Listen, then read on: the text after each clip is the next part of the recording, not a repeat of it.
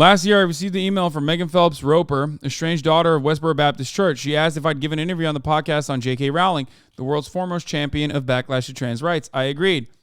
This was a serious lapse in judgment. Here's what I was thinking at the time. Megan is a famous reformed bigot. She used to picket funerals holding a God hates F-word sign. She told me she had personally interviewed JK Rowling and had confronted her with talking points from my video.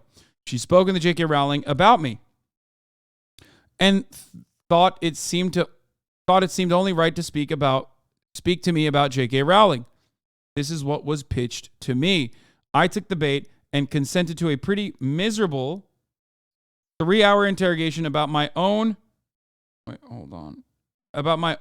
transition, as well as the usual concerns about trans rights. At the end of the interview, Megan asked if I had any advice about the project. I said that the one thing she definitely should not do is frame the conflict as a debate between two equally legitimate sides, trans people versus transphobes. Both have some good points, which is, of course, what I assume happened, which is what it always whittles down to, even though that is not the case. That is not the reality.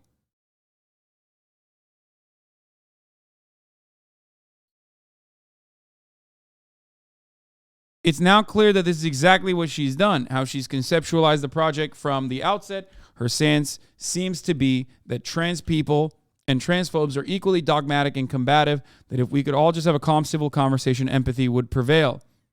It's about distorting effects of fear and of the internet. Search Twitter for trans witch hunt, and you'll find no shortage of people, both Team Trans and Team TERF, who see themselves as the object of a moral panic. This is what is really frustrating about the media cycle nowadays. For me in particular, this literally is exactly what I was talking about. This conversation is larger than just trans people. It is about how the social media endless cycle of outrage, that outrage loop, feeds into false narratives. This is not the case. In the real world, the unfortunate reality is that most people are just apathetic about trans people. They don't give a fuck. They don't care. Okay? They don't have a really strong opinion on trans people one way or another. They just don't. And that's the reality. But on the internet, everyone does. So if you're constantly on the fucking internet, you just develop this false understanding. She thinks this way because of her experience leaving the WBC, aided by people on Twitter who kindly push back against her former hateful views. From this, she's extrapolated an entire political worldview. The basic problem facing humanity is too much polarization, incivility. The aggrieved gaze, the mourning families of dead soldiers screaming back at her. You don't de-radicalize a bigot that way. Instead, the argument goes, we should approach bigots with love and compassion. There's truth here about the rhetoric, but it has been disastrously misapplied. The fundamental problem is that Megan only understands bigotry from the bigot's point of view. Her experience with the Westboro Baptist Church has given her a heightened capacity to sympathize with bigots and a diminished capacity to reckon with harm done by bigotry's victims. I love this take. This is very true.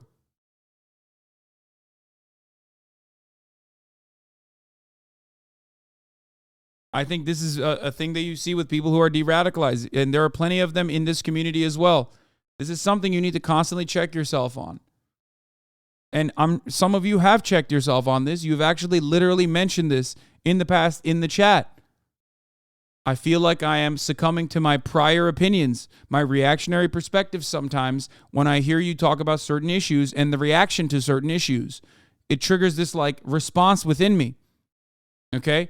It's something that you need to squash and destroy. Because that's why I always talk about this from every side of the perspective. When trans people are yelling at you, that should not get you to change your opinions about trans people and go back to being transphobic. Because you're not being nice to trans people. You're advocating for the humanity of trans people, not because you want trans people to be nice to you in return, but because you believe that that is the just thing to do. Okay? It's the right thing to do because you hate bullies. You hate injustice. That is what is supposed to be your guiding principle.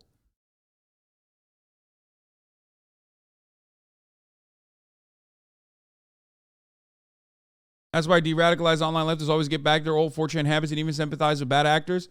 Same thing as yesterday when people were like, don't laugh at a dead Nazi. It's hard not to see yourself, especially if you were formerly radicalized. It's hard not to see yourself in the shoes of the person that you're seeing. You're like, oh man, if I didn't fucking find this community, I could have been in that guy's shoes maybe. You know? That's why it's like, oh man, you shouldn't do that. This empty centrism cannot conceive of systemic power of the legislative, institutional, stochastic terror threats wielded against LGBT people. In assessing the trans debate, it has no standard but civility by which to judge the merits of both sides, which is, again, liberal posturing. Okay? It's bullshit. It's lib bullshit. You're just, like, you're focusing on the civility of a conversation that's happening online in, like, hyper-specific circles because that's all you hear when there isn't, like, pro-trans legislation that actually impacts cis people in a negative way. That's not even a thing. That's not even a concept. There is no, like, if I see a cis person with a, with a trans child, that means, like, that cis person's going to jail because they're grooming them or something like that. That's not a real thing. But the inverse of that is true. Okay? So understand that there is no narrative that's, like, trying to write cis people out of existence. It's a completely made up thing. Okay? And the only real tangible legislative agenda is expressly anti-trans.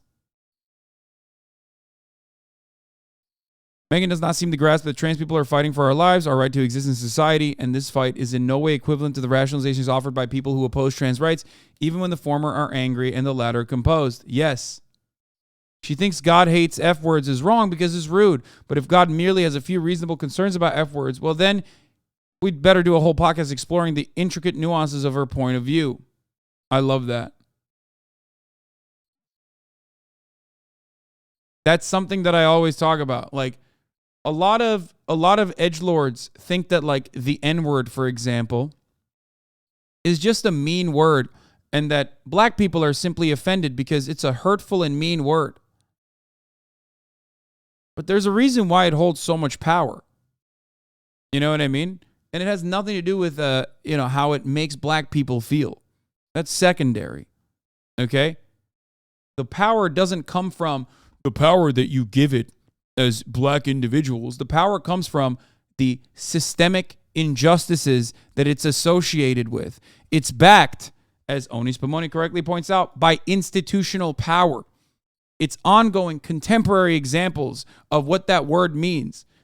It's disparities that you see in every facet of your existence. It is yet another somber reminder. That's why it's a powerful word, not because it hurts black people's feelings. Okay?